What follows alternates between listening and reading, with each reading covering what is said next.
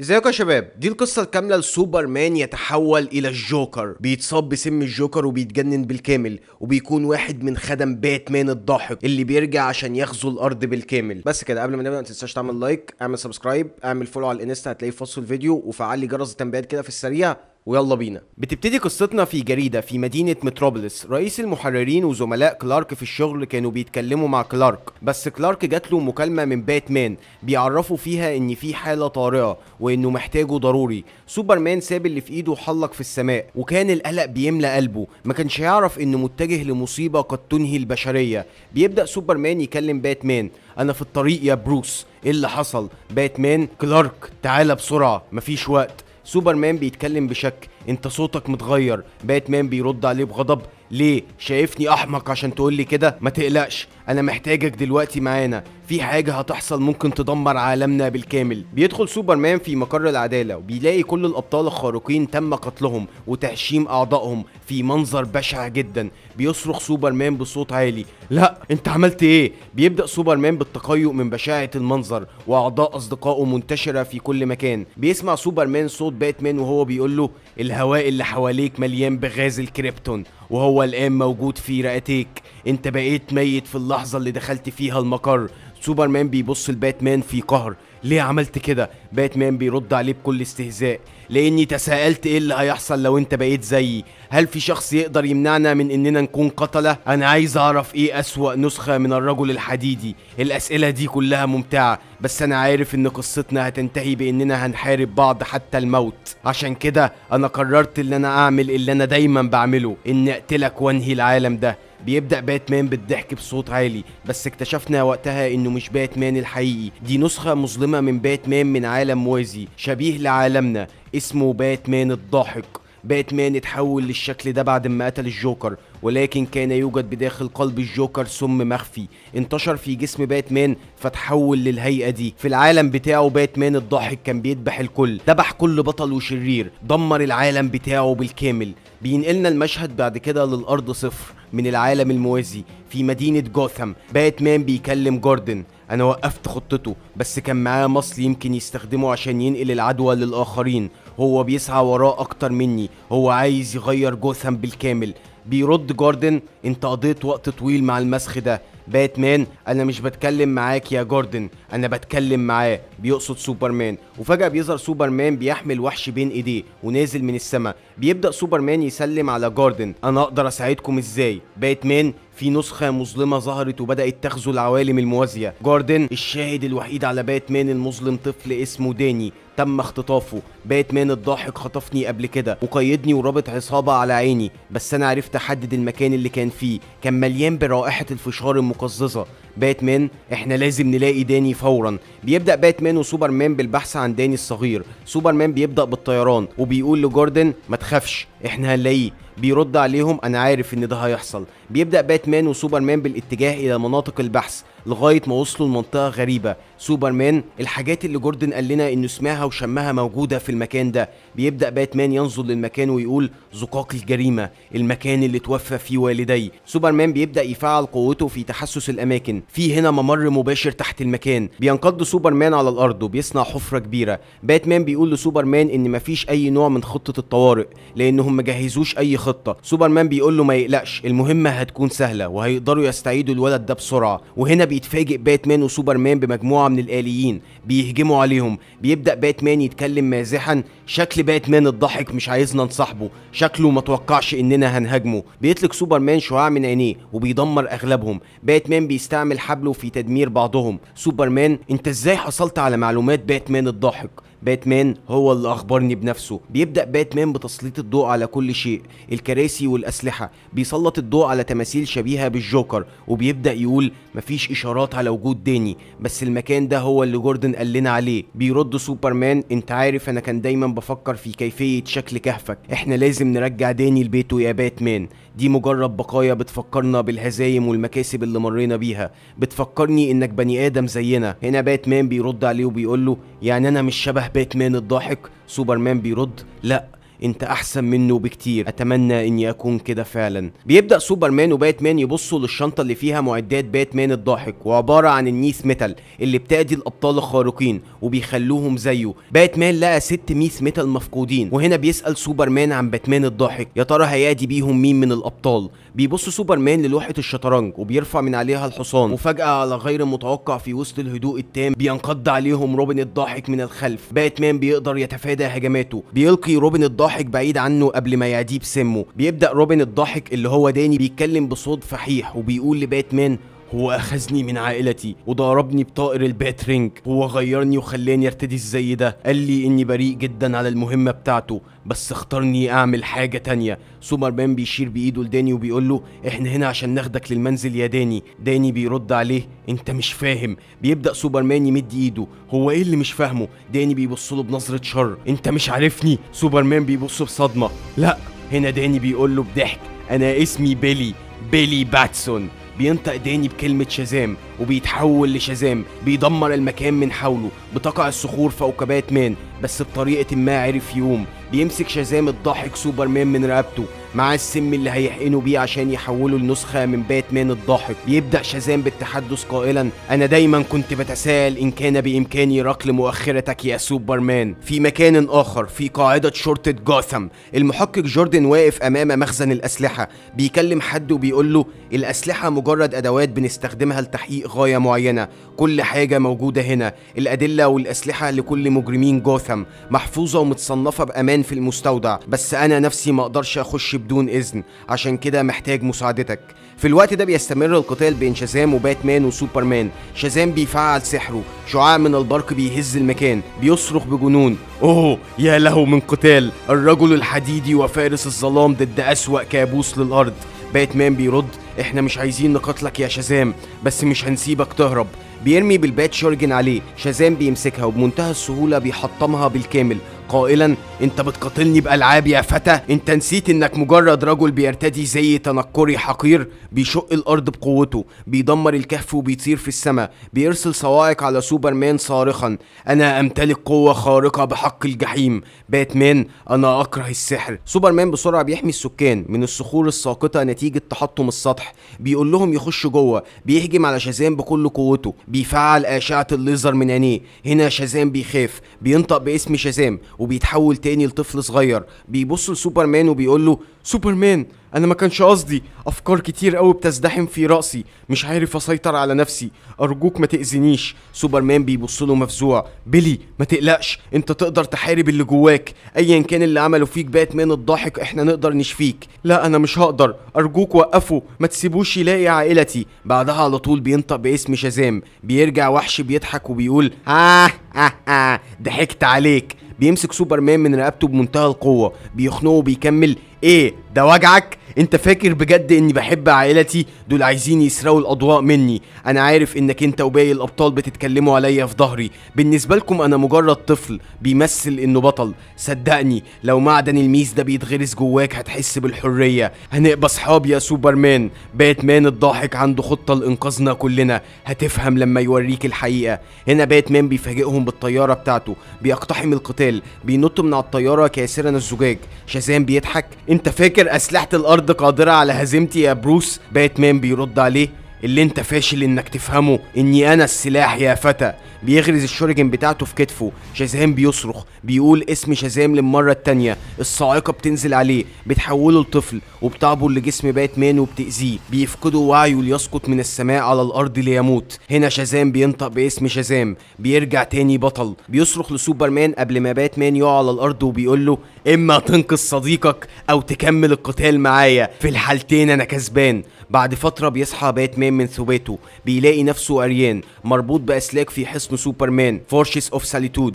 بيحطم الزجاج اللي محاوطه، بيخرج يلتقط أنفاسه. هنا بتظهر آلة وبتقول له، أنت كنت على وشك الموت، جروحك شديدة، يجب أن تعود لحجرتك الآن. باتمان بيمسك الآلة بيحطمها في الحيط صارخا، فين شازام؟ هنا بيخش عليه سوبرمان المقر منهك وجسمه مكسور، بيقول له ان شازام هرب، سابه يهرب عشان يقدر ينقذه. سوبرمان بيكمل وبيقول انت ما شفتش وشه يا بروس، بيلي لسه موجود جوه الوحش، احنا لازم نحرره، ما كانش ينفع اذي طفل صغير. باتمان بيتغاظ وبيرد الغاية تبرر الوسيلة يا كلارك، احنا لازم نرجع، مفيش وقت للتعافي، لازم نلاقي شازام، هو قدر يهرب بسبب. هنا بيقطعوا سوبرمان بغضب، شازام هزمنا احنا الاتنين، سيبك من المحاضرة المملة بتاعتك دي. باتمان وسوبرمان بيبصوا لبعض في تحدي. هنا سوبرمان بيتجه للكمبيوتر وبيكمل انا دورت في قاعدة بيانات فرقة العدالة عن اي دليل يوصلني لشازام، بس ما لقيتش. اللي قدرت استرجعه من معركتنا هم 2 بات شوريجن بيخصوا باتمان الضاحك، واحد فيهم باتمان الضاحك قدر يصيب بيه شازام، والتاني شازام كان عايز يستخدمه عليا. الاتنين دول من معدن النيث، مطعمين بمصل اخترعوا باتمان الضاحك سم الجوكر عشان يصيب كل واحد فينا. كل شوريجن ما ينفعش تستخدمها غير على بطل واحد بس. السؤال هنا ليه باتمان اختار الابطال دول بالاخص، وايه خطته؟ باتمان بيكمل لبس زيه وبيرد انا عملت خطة لكل واحد فينا، لكل بطل هيتجه للجانب المظلم، عارف ازاي اردعه كويس، بس في مشكلة، ما كنتش عامل حسابي ان نسخة مني هي اللي هتأذيكوا. بيلي باتسون ممكن يكون مجرد مراهق، بس ده من اقوى الكائنات على وجه الارض، لو باتمان الضاحك عرف يوصله فهو يقدر يوصل لاي حد. سوبرمان الحل الوحيد عشان نعرف خطة باتمان الضاحك ونلاقي باقي ال4 شوريجن قبل ما يستخدمهم هي اننا ننفذ اللي هو عايزه، نديله اللي هو محتاجه. بعد وقت قصير باتمان بيكلم سوبرمان عبر اللاسلكي وبيقول له بعد انتهاء الحرب مع الكون المظلم وهزيمة باتمان الضاحك قدرت اسجنه، بس السجن ده خفيته عنكم. سوبرمان بيرد عارف يا بروس، انت ممكن تكون اذكى محقق على الارض، بس انا من امهر الصحفيين. انت بنيت نظام حماية قوي حوالين مقر فرقة العدالة، محدش يقدر يخترقه حتى مستر ميراكل نفسه، وحبست باتمان الضاحك في سجن تحت المقر ده بدون علم باقي الابطال. دايما لما بتخفي عننا حاجة بيبقى عندك اسبابك المقنعة، عمري ما سألتك عن الاسباب دي، بس انت محتاج تثق فيا. باتمان بيرد خلي بالك يا كلارك، هو ذكي جدا، مش هتعرف تطلع منه معلومات غير لما تقنعه انك حليف، ان كل حاجة ماشية حسب خطته. سوبرمان بيرد الغاية تبرر الوسيلة يا صديقي، زي ما انت قلت، مهمة شازام انه يصيبني بالعدوى، لازم يفهم ان المهمة دي نجحت عشان يقدر يتكلم معايا. سوبرمان بيقتحم سجن باتمان الضاحك، بيدمر الجدار بالكامل، بيطلق أشعة الليزر على الدرع المحاط بباتمان بيدمره. باتمان الضاحك بيبصله قائلا مبسوط اني شفتك يا صديقي القديم، اخيرا اعظم بطلين اجتمعوا تاني مع بعض. بنشوف سوبرمان مصاب بمصل باتمان الضاحك، بقى زيه مدمج مع الجوكر وبيضحك بجنون، ضحكاتهم الاتنين بتهز ارجاء المكان. وهنا باتمان بيكلم سوبرمان باللاسلكي وبيقول له احذر يا كلارك، الوقت قارب على الانتهاء. سوبرمان بيدمر مقر فرقة العدالة، بيحرر باتمان الضاحك اللي بيقول ما كانش المفروض اقتلك يا كلارك في عالمي، مش عشان احنا اصدقاء، لا لا لا، عشان انت اعظم سلاح في جعبتي. هنا باتمان بتاعنا بيقول انا عملت كل حاجة عشان اضمن ان الابطال ما يتحولوش لاشرار، ولو اتحولوا اقدر اهزمهم بسهولة، عرفت اسرارهم، تاريخهم ونقاط ضعفهم، خنت ثقتهم، وما كنتش عايز ادي المعلومة دي لحد، لغاية ما جه باتمان الضاحك نسخة مظلمة من نفسي، استغل خيانتي ليهم وقدر يحولهم للي انا كنت خايف منه. ودلوقتي صديقي سوبرمان حقن نفسه بمصل الجوكر عشان نقدر نستخرج معلومات من الضاحك، عرض نفسه للخطر من اجلي، جسمه بيقاوم دلوقتي بس السم هيستحوذ عليه بالكامل. بيقدر سوبرمان يحرر باتمان الضاحك، بيطلعوا لفوق لمستودع أسلحة في مقر العدالة. باتمان الضاحك بيقول مصرحا كل حاجة موجودة هنا، كل حاجة أخدتوها في مغامراتكم الصغيرة، كل لعبة صادرتوها من الأشرار، أنا محتاج منهم كام حاجة. بس هنا سوبرمان بيكلمه وهو بيحاول يقاوم سم الجوكر قائلا ليه ما نقتلش كل الأبطال في فرقة العدالة، أو ليه ما تعرفنيش خطتك أحسن. باتمان الضاحك بيرد خطتي جيدة لدرجة انك لما تسمعها ممكن تتبول على نفسك يا كلارك. ابطالي اللي اصبتهم هيقتلوا كل كائن حي في المجرة، في الاكوان الموازية. الموضوع شبه بالظبط لما امك ماتت مع كوكبك كريبتون، فاكر صراخها وانت لسه بيبي صغير كنت سامعه؟ تفتكر كانت بتفكر في ايه في لحظاتها الاخيرة؟ تفتكر كانت عايزة تركب المركبة مكانك وتنقذ نفسها؟ حاسس بالعجز يا سوبس؟ تخيل لو ابوك وامك ما كانوش انقذوك زي ما انت دلوقتي مش هتعرف تنقذ لويس وجون. سوبرمان بيتغاظ، بيضرب الحيطة بايده بيحطمها، بيهجم على باتمان الضاحك بكل قوته وبيخنقه. ايوه كده، وريني حقيقتك، وريني شرك. هنا بيتدخل باتمان، بيحقن سوبرمان بمصل الكريبتونايت المضاد لسم الجوكر، بيأمر آلاته يحاصروا باتمان الضاحك وسوبرمان. كان بيتلاعب بيك يا كلارك، هو عارف كل حاجة. باتمان الضاحك بيضحك، اكيد عارف ان شازام فشل في مهمته، عارف ان دي مجرد محاكاة، هولوجرام بتقنعني بيه اني هربت وانا في الحقيقة لسه في سجني. كان عندي تكنولوجيا زي دي في عالمي، ريحتها مميزة قوي يا بروس. سوبرمان بيحطم السلاسل اللي ربطاه، بيصرخ لباتمان كيف تجرؤ؟ انا كنت خلاص هخليه يعترف. هنا بيضحك باتمان الضاحك، كم انت مثير للشفقة يا كلارك، كنت فاكر بجد اني هعترف لك بكل حاجة؟ هقول لك خطتي، هعرفك مين اتباعي، وهقول لك اساميهم كالضوء في السماء. باتمان بيشيل سوبرمان، بيسيبوا باتمان الضاحك في سجنه. باتمان بعدها بيفعل تقنية الشمس الصفراء، بيحبس سوبرمان في غرفة من الضوء فوق البنفسجي، وبيقول له انت هنا عشان تتعافى بالكامل، ساعات قليلة وهيزول منك سم الجوكر. سوبرمان وانت هتروح فين؟ باتمان رحلة قصيرة. باتمان الضاحك عرفني هو سم مين. بيخوض باتمان رحلة إلى جوثام، بيجري بعربيته بأقصى سرعة بجانب عربية المحقق جوردن، بينط من على البات موبيل لعربية جوردن قائلا جيم انت بعتني انا وسوبرمان لفخ، ما كانش فيه طفل مخطوف من الاول، انت كنت عايزنا نحارب شازام ويسيب سوبرمان بسم الجوكر، ايا كان اللي عمله فيك الضاحك انا اقدر اساعدك. جوردن بيطلع خلف الظلال، باتمان بيبصله مفزوع، ليه هتساعدني؟ عشان انت صديقي؟ كل اللي عملته انك اذيتني، جوثام بقت جحيم بسببك. بيظهر بهيئته الحقيقية كوحش مجنون فاقد السيطرة على نفسه، انت مجرد فشل للمدينة دي. عارف كام واحد دفنته بسبب اللي انت عملته هنا؟ كام شرطي صالح مات بسببك؟ كام روبن مات بسبب عندك؟ باتمان بيحطم زجاج السيارة، بيخرج منها جوردن قبل ما السيارة تتقلب بالكامل وتتحطم. باتمان بينقض على جوردن. باتمان الضاحك كان عايز يعرفني انك مصاب، ليه؟ هنا بيظهر من تحت الانقاض آلي عملاق، آلي بيتحكم فيه جوردن. الآلي بيطلق عدة طلقات على باتمان، باتمان بيتفاداها. هنا بيظهر سوبرمان بيصد طلقات الآلي بصدره وبيحمي باتمان. باتمان بيقول له ايه اللي خرجك من غرفتك وانت لسه ما اتعافتش؟ سوبرمان باتمان الضاحك قال عايزني اكشف اساميهم كالضوء في السماء. عرفت ان قصده على جوردن وما كانش ينفع اخليك تحارب صديقك لوحدك يا بروس. سوبرمان بيهجم على درع جوردن، بيسدد له لكمه قويه. في نفس الوقت جوردن بيلبس قناع، بيبدا في اطلاق الرصاص على باتمان. انت اذكى محقق على الارض، ومع ذلك كنت قدامك اسابيع طويله وفشلت تكشفني يا باتي. سوبرمان بيحس بألم، بقايا سم الجوكر بتخرج من جسمه بس مش بيقدر يسيطر على نفسه. بيصرخ بأعلى صوته على درع جوردن، انفاسه الجليديه بتحول الدرع لتمثال جليدي وبتوقفه عن التشغيل. في الوقت ده باتمان بيتفادى طلقات جوردن، بيقرب منه بيسدد له لكمه قويه، بيفقده الوعي. سوبرمان بيقول له انهم لازم يعملوا اختبارات على درع جوردن في المقر بتاعه. بيطيروا بطيارة باتمان للفورشس اوف ساليتود. سوبرمان بيأمر الآلي بتاعه بفحص درع جوردن الآلي، بيقول لباتمان انهم لازم يعرفوا باقي الابطال باللي حصل. باتمان بيقول له مش دلوقتي ومش هنا، ده المكان الوحيد اللي ما يعرفوش باتمان الضاحك. هنا جوردن بيضحك وبيقول فات الاوان على ده. بيتفعل جرس الانذار، بتصرخ آلة سوبرمان مرة واحدة تحذير تحذير عدو قادم. وهنا بيخرج من درع جوردن كيان على هيئة ذرات بتتكون. الكيان بيبدأ كلامه بيقول انا ما كنتش عايز ابقى بطل، قلتها كتير قوي بس ما حدش ساعدني. هنا بيجي باتمان الضاحك بيسمعني، بنشوف بلو بيتل بينتفض، بيبدأ ينشر ذراته الآلية في كل مكان، بيسيطر على حصن سوبرمان، بيتحكم في نظام حماية باتمان في جوثام في المقر بتاعه، بيلوث وبينشر جراده ووحوشه الصغيرة في كل مكان صارخا دلوقتي انا مش بطل، انا حاجة احسن. مفاجأة مش كده؟ بلو بيتل يعمل كل ده، فرقة العدالة استهانوا بيا، عملوني اكني مش بطل، عمرهم ما فهموا قدراتي واستحقروا حشراتي، شفتوني مجرد طفل مساعد ليكم والآن فلتروا قوتي. بينتفض بلو بيتل للمرة التانية، بيظهر قناع على وشه،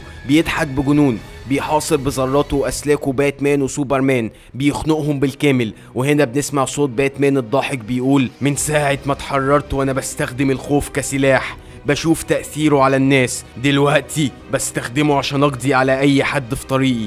انا ممكن اكون محبوس، بس انا شايف كل جزء من لغزي بيتكون قدامي. الابطال هيعرفوا قريب انا ليه محتاج المصابين، بس انا مش لوحدي في اللعبة دي، حد بيحاربني خلف الكواليس، بيحاول ينافسني. صح يا ليكس؟ بتفرض سيطرتك وانا مشغول بخططي وحبيس في سجني، بتعد خطة لمحاربتي يا لوثر، بس اللي ما تعرفوش ان باتمان دايما بيفوز. اخيرا الابطال اللي اتصابوا سيطروا على حصن سوبرمان بالكامل. باتمان الضاحك من سجنه بيقول: انا عارف انك دلوقتي سامعني يا سوبرمان بسمعك الخارق، عايز اقولك سر صغير، سر هيخليك تصدق اللي انا صح. في الوقت ده بلو بيتل بيغرز حشراته ومجساته في صدر وكتف باتمان وسوبرمان، بيحاصرهم وبيمنعهم من الخروج عن سيطرته. باتمان بيصرخ لسوبرمان: بلو بيتل عمره ما كان قوي كده، ايه اللي حصل؟ سوبرمان بيرد: الإصابة، سم الجوكر قوى قدراته، خلاه متوحش أكتر. وهنا بيظهر حبل بيلتف حوالين رقبة سوبرمان وبيخضعه على الأرض. دونا تروي بتقف ورا سوبرمان بعد ما اتصابت بسم الجوكر وبتقوله: بعد كل حاجة عملتها أنت وباتمان، أنتوا تستحقوا ده. في نفس الوقت هوكمان بيستخدم مطرقته على باتمان وبيخضعه على الأرض. متفاجئ إنك شفتنا يا باتمان؟ كنا عايزين نعمل حفلة هنا. دونا بتنهال بالضرب على سوبرمان، بترميه بمنتهى القوة على مكعب جليدي عملاق بيحطمه. هوكمان بيركل باتمان على الأرض بقوة صارخا: مش عارف قد إيه كنت عايز أقولك إني تعبت من كتر ما بسمعك بتقول إنك مخطط لكل حاجة أيها الحقير. سوبرمان بيطلق ليزر من عينيه على دونا لمحاولته لإخضاعها. متستسلميش لسم الجوكر، لباتمان الضاحك. دونا بتصد أشعته بدراعها وبترد: ما قاليش حاجة أنا معرفهاش يا سوبرمان، أنت دايما مخلي نفسك رمز للأطفال، بتخليهم يقلدوك، يرتدوا رداء ويواجهوا الشر. الأطفال بياخدوكوا قدوة، ونهايتهم إما بتكون الموت أو السجن بسببك أنت وباتمان. هوك آي بيركل باتمان بيخضعه على الأرض. جوردن بيستهزأ بيه وبيقول له: ايه يا باتمان، مش بتختفي ليه دلوقتي زي ما بتعمل وانا بكلمك على سطح جوثام، وبتسيبني عامل زي الاحمق العجوز اللي بيكلم نفسه؟ بعدها بيؤمر بلو بيتل يجهز الحصن للمرحله الجايه. سوبرمان بيصرخ: ده هيدمرنا، هيدمر عالمنا زي ما عمل في عالمه. هنا جوردن بيضحك وبيرد: اسمه تطهير يا فتى، كل حاجة محتاجينها موجودة هنا في الكون المظلم الخاص لباتمان. قدر يدمج ساتلايت تابع لفرقة العدالة بتاعته بمعدن النيث، قدر يحولها لقوة مشعة من الطاقة الكونية المظلمة. بس عشان نجيب الساتلايت ده هنا في الكون بتاعنا الموضوع كان شبه مستحيل، لغاية ما اكتشفنا ان في 6 ابطال، كل بطل بيبعث طاقة مختلفة عن التاني، هما اللي هيقدروا يحققوا حلم باتمان الضاحك في غزو الاكوان الموازية. 5 من الابطال دول اتعدوا، ما تبقاش غيرك يا سوبرمان. الشورجن اللي في ايدي دي هتوريك الحقيقة، هنكمل بيك الاحجية وساعتها العالم كله هيعرف الظلام. سوبرمان لسه بيقاتل دونا، الحرب محتدمة. جوردن بيكمل: اما تنضم للجانب الفائز وتكون واحد مننا من اتباع باتمان الضاحك وتشوف اللي احنا شايفينه، او هنبعت رسالة استغاثة لبنت عمك تيجي وهنقتلها قدام عينيك لو رفضت عرضنا. باتمان بيتدخل: شكرا على المعلومات يا جوردن، انت كان عندك حق، انا فعلا بخطط لكل حاجة. فجأة بيحصل انفجار ضخم، انفجار بيدفع المصابين بعيد عن المكان. جوردن بيقوم وبيقول: برضه بتختفي تاني من قدامي وانا بكلمك ايها الحقير، جدوهم. في اسفل الفورشس اوف ساليتود بين وحوش سوبرمان الضارية، باتمان بيقول له: انا قدرت اشتري لنا شوية وقت، لازم نعد خطة دلوقتي يا كلارك، اما نبعدك عن هنا قبل ما يسيبوك وتنفذ خططهم، او ناخد فرصتنا في القتال رغم ان الانتصار مش مضمون. سوبرمان بيرد: دونا وهوكمان المصل ما غيرهمش، هم بس طلعوا أسوأ ما فيهم، عبروا عن أفكارهم الحقيقية ناحيتنا. شايفيننا ازاي؟ أنا عندي خطة يا باتمان. ربما بلو بيتل مسيطر على عقل الفورشس اوف ساليتود، بس مش هيقدر يسيطر على قلبها. بياخد باتمان وبيوريله مفاعل مضيء بطاقة متوهجة محطوط في قلب قلعته وحصنه. سوبرمان بيكمل: هو ده قلبها، انا محتاج اطلع السطح واستعيد السيطرة على الحصن من بلو بيتل، بس لو فشلت مهمتك انك تدمر المفاعل ده هيفعل نظام حماية وهيغلق القلعة بالكامل وهيغرقنا في المحيط، محدش هيعرف يدخل او يخرج من هنا. باتمان بيرد: اوه يعني هنموت مع المصابين، خطة عظيمة. سوبرمان: المشكلة مش في كده، المشكلة ان انا محتاجك تحرس المفاعل ده وتشتت دونا وهوكمان. دونا لوحدها دلوقتي في قوة واندر وومن، تفتكر هتقدر عليها؟ باتمان انا اتواجهت انا ووندر وومن كذا مرة، اتصبت اصابات بليغة وكنت عارف انها مش بتقاتلني بكل قوتها، هقدر اشتتهم بس مش لوقت طويل يا كلارك. بالتوفيق يا صديقي. في الوقت ده هوكمان ودونا بيتخانقوا سوا عن مين اقوى من التاني، بيعملوا رهان ان اللي هيخضع باتمان وسوبرمان الاول ويصطادهم هو الاقوى. باتمان بيقطع كلامهم، بيقتحم بتنينه المكان، بيخلي التنين يضرب بديله دونا ويحدفها بعيد عن القتال، بيوجه انظاره على هوكمان اللي بيهجم عليه بكل قوته بمطرقته الحديديه. باتمان بيقدر يصدها، هوكمان بيتغاظ بيهجم عليه تاني بمطرقته بس باتمان بيتفاداها، بيلف حوالين هوكمان وبيخنقه. هنا هوكمان بيدفعه بعيد عنه، بيلقيه على الارض صارخا احنا مش محتاجينك، كل اللي محتاجينه هو باتمان الضاحك، هو الوحيد اللي بعترف بيه كقائدنا في كل العوالم والاكوان. بينزل بمطرقته بقوه على باتمان عشان يقتله بس هنا بتتدخل سوبر جير، بتندفع على هوكمان بقبضه قويه بتفقده توازنه، بعديها بتحلق بباتمان قبل ما يسقط على الارض مصرحه ايه اللي بيحصل هنا؟ ليه اصدقائنا بيهاجموك؟ في الوقت ده جوردن وبلو بيتل بيبنوا بوابه بعديه عشان يجلبوا ساتلايت باتمان الضاحك للارض. بلو بيتل بيحس بألم، بيمسك راسه بقوة وبيصرخ لا لا لا لا أرجوك أنا مش عايز أعمل ده، أنا عايز أرجع البيت. جوردن بيرد استرجل، عايز ترجع لمين؟ لعيلتك؟ لفرقة العدالة؟ محدش فيهم ساعدك، بيشوفوك مجرد سلاح. ليزر سوبرمان بيشق الأرض، بيبعد جوردن عن بلو بيتل قائلا ما تسمعش كلامه يا جيمي، انت عمرك ما كنت سلاح، انا عارف احساس انك عايز تفقد السيطرة، تدمر كل حاجة في طريقك، احساس بيجيلي كتير بس انا وانت احسن من ده، انا اقدر اساعدك، اقدر اوريك الطريق. قاوم سم الجوكر الملعون. فجأة دونا بتركله ركلة قوية بتحدفه بعيد عن المكان صارخة ده كداب. بلو بيتل سم الجوكر بيستحوذ عليه تاني، انت عايز تخدعني؟ بيرمي الشورجن اللي فيها سم الجوكر على سوبرمان عشان يصيبه ولكن سوبر جيل بتلتقطها في اخر ثانية بتحمي سوبرمان. حد يقول لي ايه اللي بيحصل هنا؟ بتضرب دونا بقبضتها بتبعدها عنهم وبيقوموا هما التلاتة استعدادا للمعركة التانية. هنا فجأة سوبر جيل بتحس بألم، بتقول في حاجة غلط، ايه اللي بيحصل لي؟ بنشوف الشورجن اللي في ايديها قدرت تصيبها، سم الجوكر بيتخلل جواها، بتركع على الارض وبتتقيأ. سوبرمان بيتصدم بيجري عشان يلحقها بس هنا بتنزل صاعقة من السماء بتشق الارض. باتمان الضاحك بيقول من سجنه افتكرت انك هتنتصر صح يا كلارك؟ باتمان بيساعد سوبرمان يقوم، بيبصوا وراهم وبيتفزعوا من المنظر اللي قدامهم، كل الابطال الخارقين المصابين طايرين قدامهم، في مقدمتهم سوبر جيرل بعد ما اتحولت اخيرا لنسخة من باتمان الضاحك.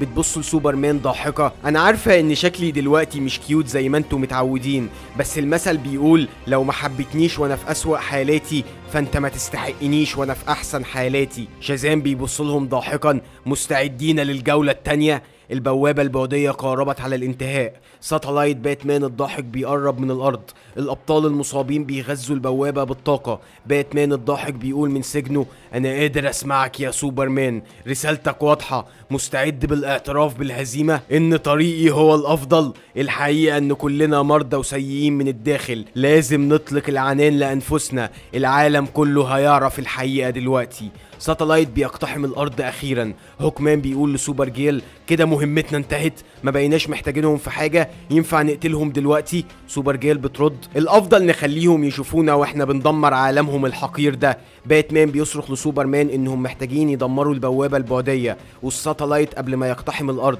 سوبر جيل بتضحك، باتمان في وقت من الاوقات كان ممكن تقدروا علينا بس بعد ما باتمان الضاحك ورانا الحقيقه مفيش قدامكم فرصه. ايه عايز تقولي اني كنت فتاة سيئة يا ابن عمي محتاجة تأدب يا كلارك؟ بتطلق أشعة ليزر من عينيها على باتمان قائلة بس دايما باتمان بيبقى احسن منك في الخطابات دي. سوبرمان بيطير قدامهم بيقول لهم انهم من اقوى الابطال اللي عرفها في حياته، لازم يحاربوا عدوى الضاحك.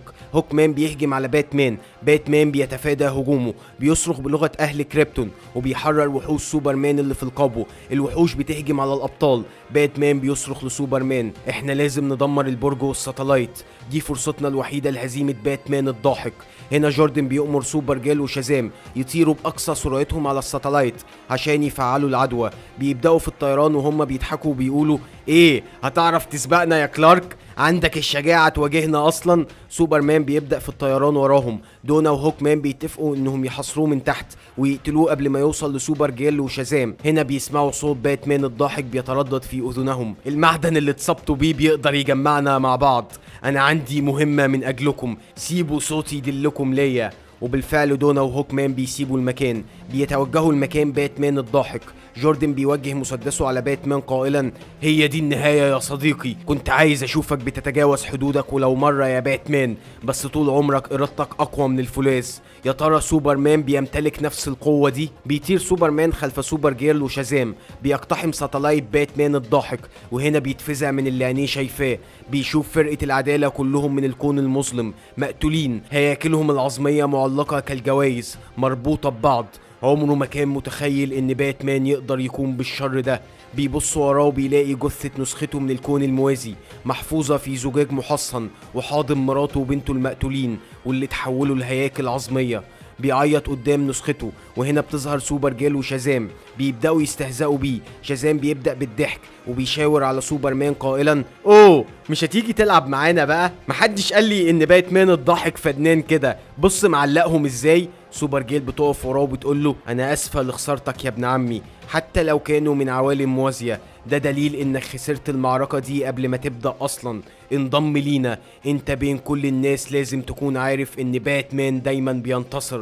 سوبرمان ساكت، الغضب بيملى قلبه، بينفجر فيهم هما الاتنين، بيتغاظوا بيطير بيهم للسما، بيرمي شازام بيهشم راسه بالارض، وسوبر جير بيدفعها على جبل صخري بيحطمه بالكامل. هنا سوبر جير وشازام بيقوموا بيوجهوا هما الاتنين طاقتهم السحرية على سوبرمان، بس سوبرمان بيتفاداها، طاقتهم بتتلاقى وبتصنع انفجار ضخم بيحدفهم هما الاتنين على الجانب الاخر من الحصن. باتمان بيقدر يستعيد حشرات النانو في جسم بلو بيتل.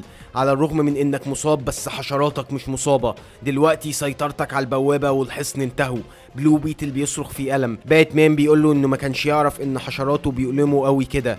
جوردن بيظهر من وراه بيوجه مسدسه على راسه قائلا: انت مش محتاج تتصاب يا باتمان، طول عمرك كنت شرير من الاول، ما عندكش مانع تستغل وتوجع اي حد عشان توصل للي انت عايزه. باتمان بيركله برجله، بيرمي المسدس من ايده وبعديها بيصرخ لسوبرمان وبيقول له: انا عارف انك غاضب دلوقتي، عايز تحرق كل حاجة واي حاجة، بس سوبر جيل وشازام بيشتتوك. مصير الارض في ايدينا دلوقتي، لازم تدمر الساتلايت، وانا هقفل البوابة بتكنولوجيا بلو بيتل. فاكر اخر مرة اتكلمنا فيها لما قلتلك ان احنا الاتنين لو تحولنا الاشرار هنبقى اسوأ من الكل؟